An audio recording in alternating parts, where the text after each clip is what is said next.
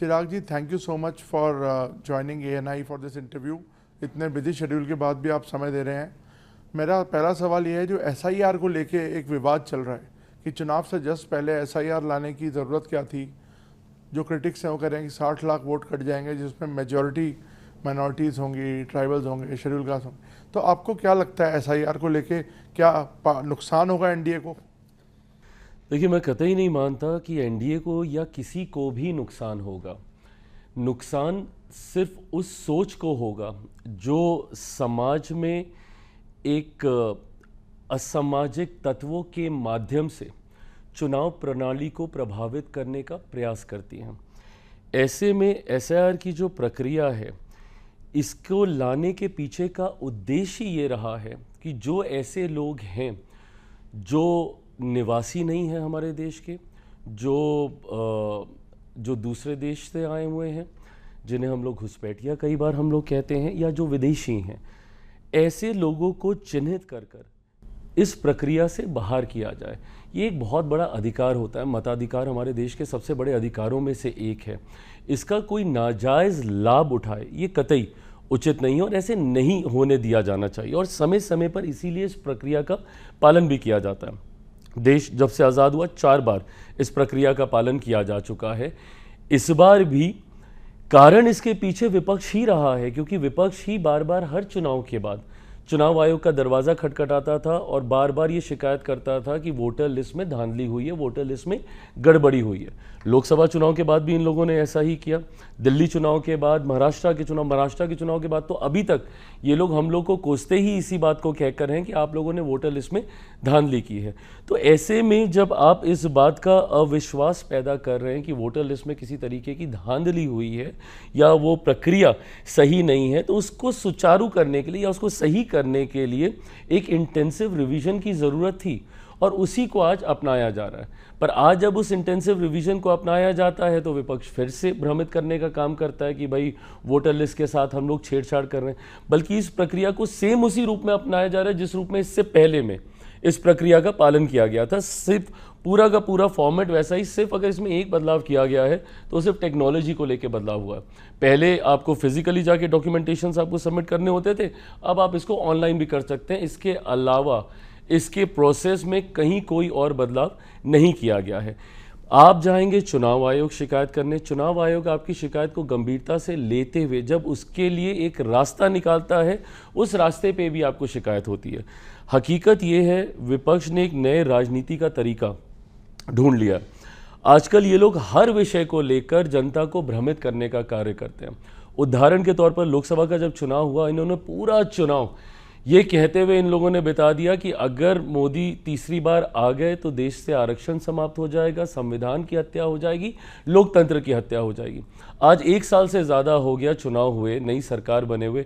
आप बता दीजिए कहाँ का लोकतंत्र समाप्त हुआ या कहाँ का संविधान समाप्त कर दिया गया या किसका आरक्षण छीन लिया गया।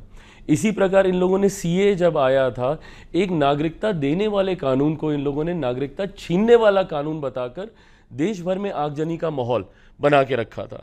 ऐसे में आज CA को इतना समय हो गया, बता दीजिए किसकी नागरिकता छीन ली गई। उस वक्त भी माइनॉरिटीज़ को ही इन लोगों ने टारगेट किया था और कहा था कि इसमें से जितने माइनॉरिटीज़ हैं उनकी नागरिकता छीन ली जाएगी। किसकी नागरिकता छीन ली गई?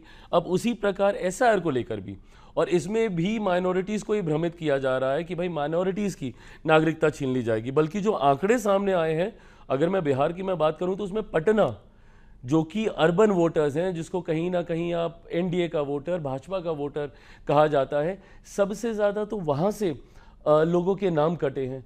तो सिर्फ झूठ बोलना, लोगों को डरा कर अपने पक्ष में करना, ये विपक्ष की राजनीति का हिस्सा बन गया और वही प्रयास ये लोग SIR को लेकर भी कर रहे हैं। सर, तेजस्वी, राहुल गांधी, पूरा ऑपोजिशन एक यूनाइटेड हो गया इस इशू पर, तो आपको डर नहीं लगता कि कहीं ना कहीं जैसे पहले लोगों ने वोट को गैल्वेनाइज किया और टोटल नंबर गिरा, इस बार भी कुछ इसका इम्पैक्ट हो सकता है बिहार चुनाव? देखिए, मैं नहीं मानता। आज की तारीख में लोग इतने जागरूक हैं और उनको समझ में आता है कि कौन सी बात का राजनीतिकीकरण करने के उद्देश्य से जनता को भ्रमित किया जा रहा है। बिहार के लोग इन बातों को भली भांति जानते हैं। विपक्ष को किस तरीके से आपको डराने का कार्य करता है, कई चुनाव में निरंतरता में बिहार के लोगों ने इस बात का अनुभव किया है। मैं नहीं मानता कि बिहार के लोग इनकी इन बातों में आएंगे। इनका ये कहना कि भैया चुनाव से ठीक पहले क्यों, ये देश भर में इस प्रक्रिया को लागू किया जाएगा। इंटेंसिव रिवीजन को देश के हर एक राज्य में लेकर जाया जाएगा।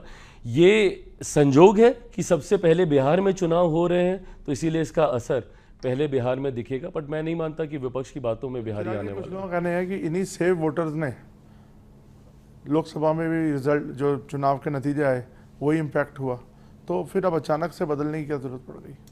मैं वही, क्योंकि विपक्ष ही चाहता था, क्योंकि विपक्ष को ही विश्वास नहीं था। बार बार आप जाते हैं और दिक्कत इस बात की है कि आप हर चुनाव में एक नया बहाना ढूंढने का प्रयास करते हैं अपनी हार को छुपाने के लिए। जितना समय ये लोग नए बहाने को तैयार करने में लगाते हैं, अगर उतना समय ये लोग आत्ममंथन में लगा लें कि भाई विपक्ष क्यों चुनाव हार रहा है, तो संभवतः इनका कुछ भला होगा। इन लोगों ने इससे पहले ईवीएम पे ठीकरा ये फोड़ते थे। आज ईवीएम सही हो गई। आज कोई विपक्ष नहीं जाता ईवीएम की शिकायत करने।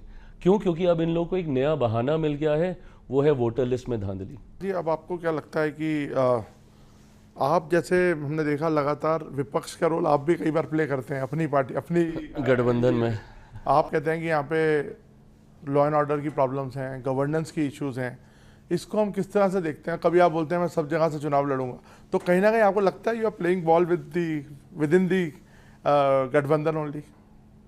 मेरा इतिहास ऐसा रहा है कि मेरी इस छवि को बहुत सहज रूप से स्वीकार कर लिया जाता है कि शायद मैं कोई प्रेशर पॉलिटिक्स कर रहा हूँ, या within the alliance I am trying to create ripples. Because 2020 में जिस तरीके से मैंने गठबंधन से अलग होके अकेले चुनाव लड़ने का मैंने फैसला लिया था, हकीकत ये है कि मैं जनता की बातों को गठबंधन के भीतर अपनी सरकार के सामने में रखने का मैं कार्य करता हूँ। केंद्र सरकार का मैं हिस्सा हूँ, वो मंच मुझे मिलता है गठबंधन के भीतर ही अपनी बातों को रखने का। मैं पॉलिसी मेकिंग का हिस्सा हूँ, इसीलिए जब केंद्र सरकार से जुड़े हुए विषय आते हैं तो मुझे कैबिनेट के भीतर वो मौका मिलता है अपनी बातों को, अपने सुझावों को, अपने कंसर्न्स को वहाँ पे टेबल करने का। पर क्योंकि बिहार में मैं सरकार का हिस्सा नहीं हूँ, मैं सरकार का समर्थन कर रहा हूँ, मेरा कोई विधायक ही नहीं है, तो मैं सरकार का हिस्सा हो भी नहीं सकता हूँ। तो ऐसे में जब ऐसे दृश्य सामने आते हैं जो बिहारियों की चिंता को बढ़ाने का काम करते हैं, जिसमें लॉ एंड ऑर्डर प्रमुखता से एक चिंता का एक विषय कई बार बन जाता है, जिस तरीके से बिहार में आए दिन आपराधिक घटनाएं घटती हुई हम लोग देखते हैं, तो ऐसे में मेरा प्रयास रहता है कि मैं सरकार के समक्ष उन बातों को मजबूती से रखूं ताकि उसके ऊपर सकारात्मक फैसले लिए जा सके, क्योंकि यही वो सरकार है जिसने अपराध को नियंत्रित करने का भी कार्य किया। विपक्ष कई बार मेरी इन बातों को भ्रमित कर कर ये नैरेटिव सेट करने का प्रयास करता है कि मैं 2020 वाली भूमिका में वापस जाने की मैं कोशिश कर रहा हूँ। जैसा मैंने कहा, मेरा इतिहास रहा है, तो लोग भी बहुत सहजता से इस भूमिका में मुझे देखते हैं। पर कतई विपक्ष के ये सपने पूरे नहीं होने वाले। जिस गठबंधन में मैं हूँ और आज की तारीख में बिहार में ये NDA alliance, I think it is a winning combination. हम 5 दलों का जो ये गठबंधन है, ये अपने में एक विनिंग कॉम्बिनेशन है। एक ऐतिहासिक जीत की ओर हम लोग अग्रसर होंगे। मैं ये मानता हूँ कि इस बार हम लोग ऑल टाइम हाई 225 से ज़्यादा सीटें जीत कर इस बार एनडीए सरकार बनाएगा। आप कह रहे हैं हम साथ साथ हैं? बिल्कुल, हम साथ साथ हैं। विपक्ष जरूर ये प्रयास करता है कि दरारें दिखा दे हम लोग के बीच में, मेरी बातों को एम्पलीफाई करके कोशिश करता है कि दिखाए कि ये देखिए ये अपने ही गठबंधन को आंखें दिखा रहे हैं, ये अपनी ही सरकार के ऊपर सवाल पूछ रहे हैं। कतई नहीं, मेरा विश्वास पूर्णतः मुख्यमंत्री नीतीश कुमार जी के ऊपर है। उनको बिहार की जनता ने सुशासन बाबू का नाम दिया। क्यों? क्योंकि उनके कार्य के आधार पर आज भी अगर बिहार में कानून व्यवस्था बिगड़ती है तो एकमात्र व्यक्ति जो अपने अनुभव से उन परिस्थितियों को नियंत्रित कर सकता है, तो उनका नाम नीतीश कुमार ही है। राज जी, आपको लगता नहीं कि बिहार एक, आपने देखा होगा वहाँ की डेमोग्राफी भी, अब यूथ बहुत है बिहार में, तो आपको लगता नहीं है कि यंग लीडरशिप की भी ज़रूरत है? तो अभी भी आप नीतीश बाबू के काफ़ी साल हो गए हैं उनको यहाँ पे, और अभी उनकी तबीयत को लेके भी कई लोग सवाल उठाते हैं, कुछ पब्लिक में हमने एक्शंस भी देखे। तो are you confident that he is fit enough to lead another 5 years? आपको लगता नहीं कि आपके जैसा युवा या कोई और लीडरशिप आगे आनी चाहिए, उनका एक्सपीरियंस यूज होना चाहिए? I am absolutely confident that he is perfectly fit and fine to continue for another 5 years। I wish कि और ज़्यादा वो स्वस्थ रहें और लंबे समय तक उनके अनुभव का लाभ हमारे राज्य को मिले। पर आज की तारीख में जिन परिस्थितियों में बिहार है, यंग लीडरशिप है, और मुझे लगता है कि वो एक ग्रेजुअल जनरेशनल शिफ्ट होता ही है हर राज्य में, हर सरकारों में, हर दल में ये जनरेशनल शिफ्ट हम लोगों ने देखा है। बट अगर आप आज की तारीख का आप जिक्र करें, जिन परिस्थितियों से बिहार गुजर रहा है, ऐसे में एक अनुभवी नेतृत्व की ज़रूरत है। आज की तारीख में बिहार 90 के दशक जंगल राज जिस दौर से बिहार को निकालकर यहाँ तक जो व्यक्ति लेकर आया है, मैं ये मानता हूँ कि अगले 5 साल बिहार को उन्हीं के ही नेतृत्व की ज़रूरत है। अब हम देखते हैं 3 यंग लीडर्स, चिराग पासवान आगे रहते हैं, उधर तेजस्वी हैं, प्रशांत किशोर एक और फैक्टर आ गए हैं। कैसे देखते हैं ये एक fight between the youths? I don't think it's a fight between the youth. I think ये लोकतंत्र की खूबसूरती है कि जितने विकल्प जनता के सामने आए, हर यंग नेतृत्व अपनी सोच के साथ जनता के सामने जा रहा है। अंतोगत्वा ये फैसला बिहार की जनता को ही लेना है कि किसकी सोच के साथ वो ज़्यादा सहमत है। जहाँ एक तरफ मेरे छोटे भाई हैं तेजस्वी, जो एक MY समीकरण के साथ पुनः उसी पुरानी राजनीति को आगे बढ़ाने का कार्य कर रहे हैं, जो उनके पिता के ज़माने में जिस तरीके से जात पात धर्म मज़हब में बांटने की राजनीति होती थी, जिसका मैं कतई पक्षधर नहीं हूँ। उनकी एक अलग राजनीतिक सोच है जहाँ पे सांप्रदायिकता, जातीयता को वो बढ़ावा देते हैं। उनके MY समीकरण में जहाँ M पूरी तरीके से सांप्रदायिकता को बढ़ावा देता है, तो वही जातीयता में बिहारियों को बांटने का प्रयास करता है। वहीं मेरा एक MY समीकरण है जहाँ मेरे M में महिलाएं हैं और मेरे Y में युवा हैं। लोकसभा का चुनाव मात्र 5 सीटों पे मैंने लड़ा, पर उसमें मैंने अपने MY समीकरण को पूरी तरीके से प्रस्तुत करने का मैंने कार्य किया। 5 में से 4 युवा सांसद हैं मेरे, 2 महिलाएं हैं। नारी शक्ति अधिनियम का पूर्णतः पालन मैंने लोकसभा चुनाव के दौरान मैंने करने का कार्य किया। तो ऐसे में अलग अलग विचारधाराएं हैं, अलग अलग सोच है। मैं बिहार फर्स्ट, बिहारी फर्स्ट के साथ बिहार को एक विकसित राज्य बनाने की सोच, विजन के साथ मैं आगे बढ़ रहा हूँ। बिहार फर्स्ट, बिहारी फर्स्ट पे मैंने बहुत कार्य किया है। आप बिहार से जुड़ी हुई किसी भी समस्या का जिक्र मेरे सामने करें, उसका समाधान मेरे पास है। कैसे बिहार में हम लोग रेवेन्यू जनरेट कर सकते हैं, कैसे उद्योग लगा सकते हैं, कैसे शिक्षा प्रणाली को हम लोग बेहतर कर सकते हैं, कैसे प्रति व्यक्ति आय को हम लोग बढ़ावा दे सकते हैं, कैसे किसानों की मदद कर सकते हैं, कैसे बाढ़ सुखाड़ से बिहार को हम लोग निजात दिला सकते हैं। इन तमाम विषयों पर मैंने अध्ययन किया है। अभी आपको कौन रोक रहा है सब करने से? अभी तो सरकार में आप पार्टनर हैं, आपका इन्फ्लुएंस है, आप अभी भी कर सकते हैं ये बात। तो इसके लिए वो जीतने की जरूरत क्या है दोबारा? मैं पुनः दोहराता हूं कि मैं बिहार सरकार का मैं हिस्सा नहीं हूं, मैं समर्थन कर रहा हूं। और मैं मानता हूं कि उस समर्थन में आज की तारीख में मैं अपनी सोच को मैं शामिल कर सकता हूं, जो ग्रेजुअली अब करने का हम लोग कार्य कर रहे हैं। एक और बात हम लोग को बिहार के लिए समझने की ज़रूरत है कि एक लंबे समय के बाद बिहार को डबल इंजन की सरकार का लाभ अब मिलने लगा है। बिहार की ये विडंबना रही है that for the longest time Bihar में विरोधाभास की सरकारें थीं। 2000 का वो दशक आप याद करें, जब केंद्र में UPA की सरकार होती थी, तब बिहार में NDA की सरकार होती थी। 2014 में जब केंद्र में NDA की सरकार आई, तो बिहार में महागठबंधन की सरकार आ गई। तो जब विरोधाभास की सरकारें होती हैं, तो ऐसे में डिफरेंस ऑफ ओपिनियन केंद्र सरकार, राज्य सरकार जो संघीय ढांचा है उसमें होने लगते हैं। केंद्र सरकार की परियोजनाएं राज्य सरकार लागू नहीं करती, राज्य सरकार की योजनाओं को केंद्र सरकार स्वीकृति नहीं देती। इस बात का नुकसान बिहारियों को एक लंबे समय तक हुआ है। पर आज जब डबल इंजन की सरकार है, आप देखिए कोई सामान्य परिस्थिति नहीं है। मेरे प्रधानमंत्री तीसरी बार प्रधानमंत्री पद की शपथ लेने के बाद तब से लेके आज तक विद इन अ ईयर 8 बार बिहार जा चुके हैं, और जितनी बार जाते हैं हज़ारों करोड़ की योजनाओं को बिहार के लिए समर्पित करके आते हैं।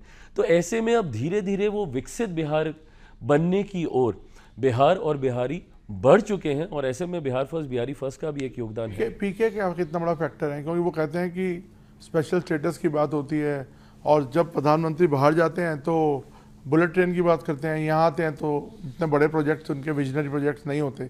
पीके फैक्टर को आप किस तरह से देखते हैं? वेल, ये आई थिंक आने वाला चुनाव बताएगा कि वो कितना बड़ा फैक्टर है, नहीं है। वो एक अपनी सोच के साथ वो राजनीति में आए हैं, बिहारियों के साथ संवाद स्थापित करने का वो प्रयास कर रहे हैं। अब वो फैक्टर बनेंगे या नहीं बनेंगे, मुझे लगता है समझ काफ़ी आपके साथ वो विचारधारा मिलती है। जैसे आप कह रहे हैं सॉल्यूशंस हैं, वो भी क्लेम करते हैं यूथ के लिए उनका सॉल्यूशंस हैं। बिहार में इंडस्ट्रियलाइजेशन और बिहार में रेवेन्यू जनरेशन, वो भी इस तरह की बातें कर रहे हैं जो आप कर रहे हैं। तो कहीं ना कहीं ये क्लैश ऑफ थॉट्स तो नहीं है? क्लैश ऑफ थॉट्स नहीं है। जैसा मैंने कहा कि बिहारियों के पास जितने विकल्प हों उतना अच्छा है। ये लोकतंत्र को और ज़्यादा सशक्त करता है और ज़्यादा मजबूत करता है। उन विकल्पों में से बिहार के नेतृत्व के लिए, बिहार को आगे लेकर जाने के लिए किसकी विचारधारा सही है, मुझे लगता है ये बिहारियों के पास विकल्प है। आने वाले समय में चुनाव सर पर हैं, बिहारी फैसला लेंगे। तो बिहार फर्स्ट, बिहारी फर्स्ट, इस पर आप कैसे इम्प्लीमेंटेशन करेंगे? अगर आप लोगों की सरकार आती है तो कैसे एग्जीक्यूशन होगा इसका सर? मैं चाहूँगा कि इसको गवर्नमेंट एजेंडा का इसको हिस्सा बनाया जाए और मुझे उम्मीद है आने वाले दिनों में एक मजबूत भागीदारी मेरी होगी बिहार की सरकार में। और बिहार फर्स्ट, बिहारी फर्स्ट सिर्फ एक सोच नहीं है, एक विकसित बिहार के निर्माण का एक कंप्लीट रोड मैप है। और मैं चाहता हूँ कि बिहार सरकार आने वाले दिनों में उसको सरकार का एजेंडा के तौर पे, गवर्नमेंट एजेंडा के तौर पर उसको शामिल कर कर इसको धरातल पर उतारने का कार्य करें। अब आपने बिहार फर्स्ट, बिहारी फर्स्ट की बात कर ली। आप कहते हैं कि हम इसमें रेवेन्यू लेके आएंगे बिहार में। बिहार हमेशा से रेवेन्यू जनरेटिंग स्टेट नहीं रहा है और जो माइग्रेशन है वो एक बहुत बड़ा मुद्दा रहा है। इस पर किस तरह से आप एड्रेस करेंगे? देखिए, पलायन पर रोक तभी संभव है जब बिहार में वो इंफ्रास्ट्रक्चर डेवलपमेंट हम लोग कर पाएँ, एक ऐसा इकोसिस्टम हम लोग तैयार कर पाएँ जहां बिहार में ही उद्योग हों ताकि रोज़गार के लिए किसी बिहारी को बाहर ना जाना पड़े, जहां बिहार में ही शिक्षा प्रणाली इतनी मजबूत हो।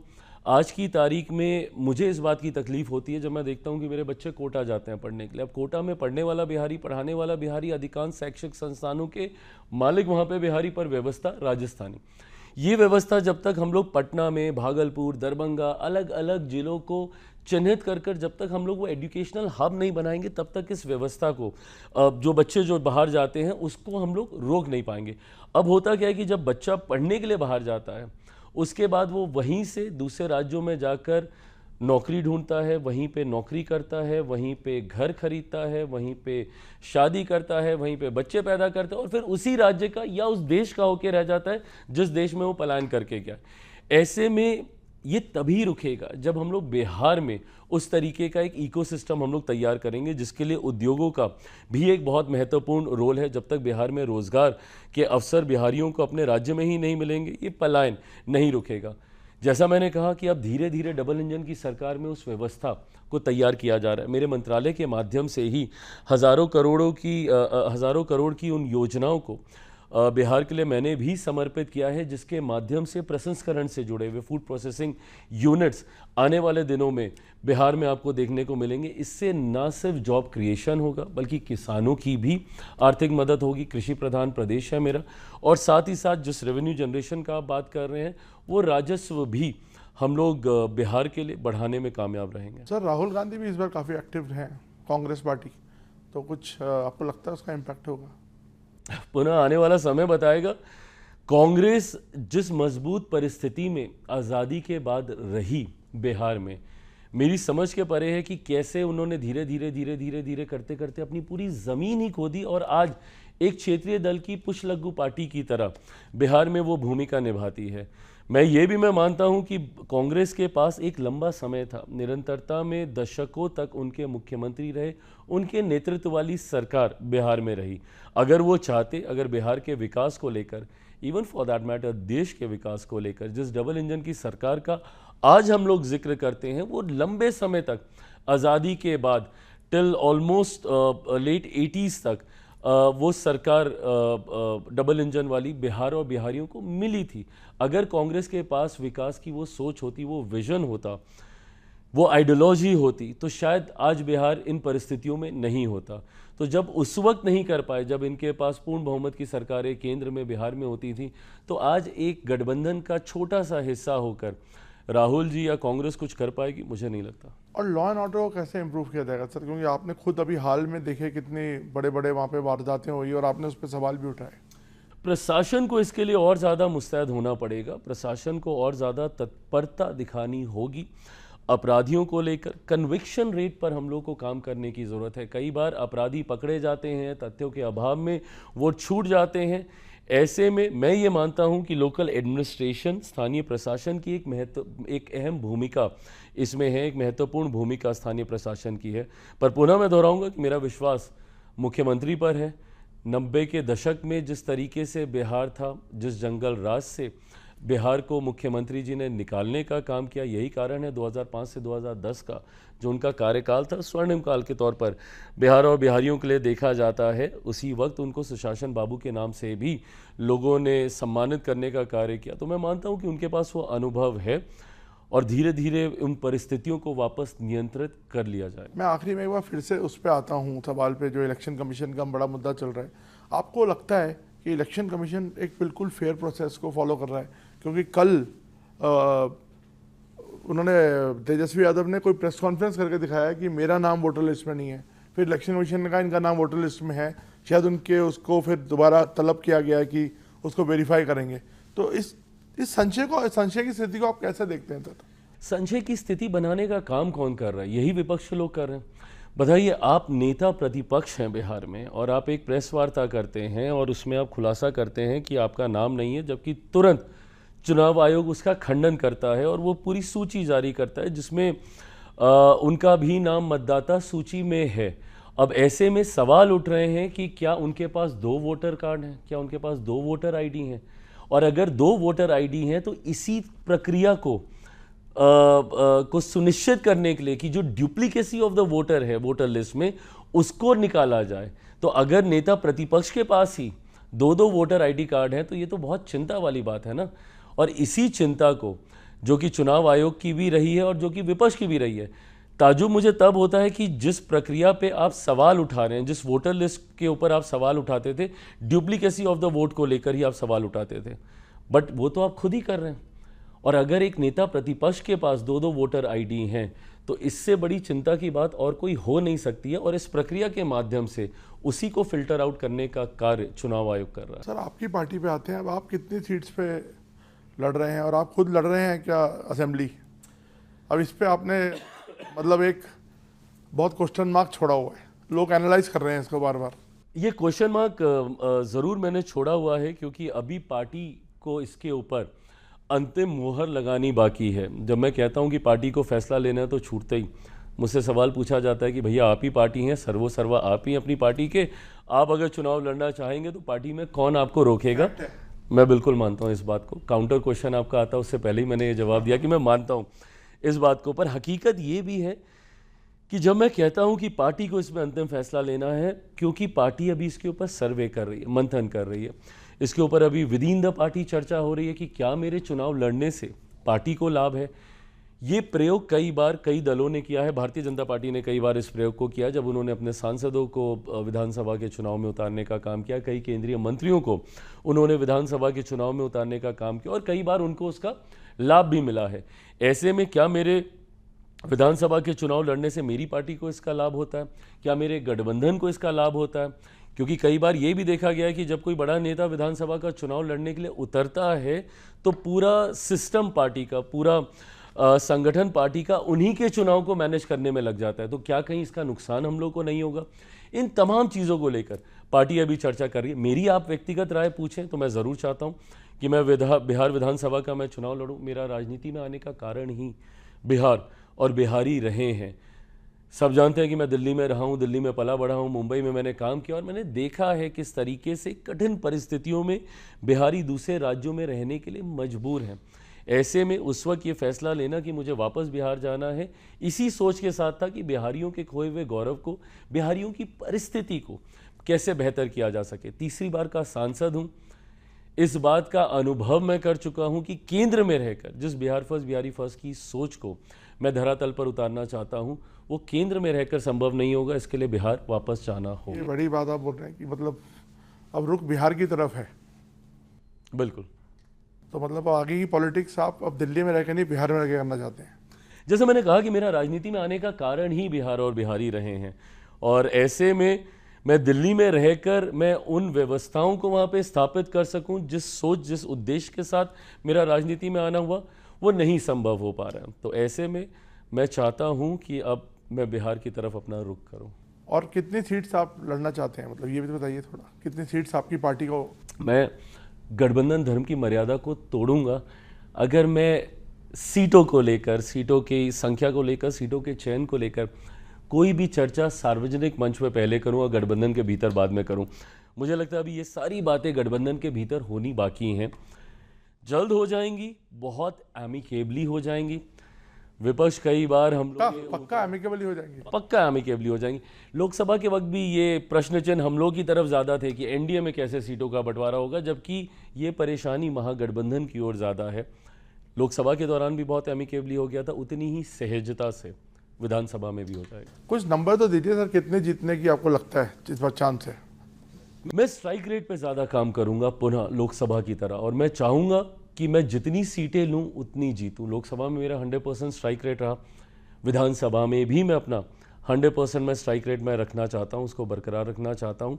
ऐसे में मैं ये मानता हूँ कि गठबंधन के भीतर हर वो दल जो जहाँ पे मजबूत है, जिसके पास विनेबिलिटी फैक्टर ज़्यादा मजबूत है, वो सीट उस दल के पास जानी चाहिए।